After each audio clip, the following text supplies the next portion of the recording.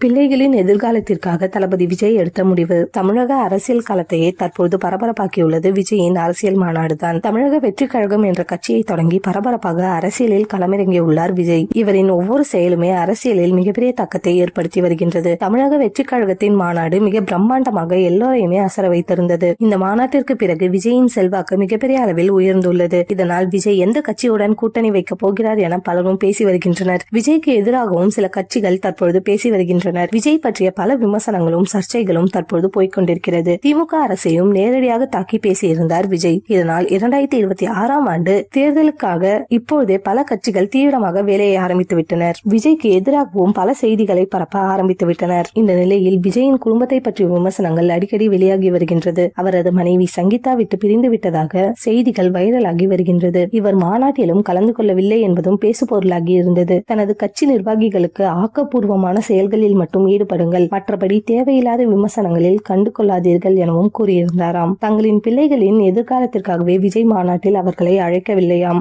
ஏனென்றால் தாவேகா மாநாட்டில் குடும்ப அரசியலை எதிர்த்து பேசியிருந்தார். இதனால் தனது பிள்ளைகளும் வந்தால் அந்த விமர்சனங்களையும் எதிர்கொள்ள வேண்டி இருக்கும். அதனாலேயே குடும்பத்திலிருந்து மற்றவர்கள் கலந்து கொள்ள வேண்டாம் என முடிவெடுத்திருந்தாராம். விஜயின் அரசியல் என்றியால் பல கட்சிகளுக்கு தற்போது பயம் ஆரம்பித்து விட்டது. இவருக்கு மிகப்பெரிய அளவில் இளைஞர்கள் பட்டாளம் இருப்பதை பார்த்து மிரண்டு போய் உள்ளனர்.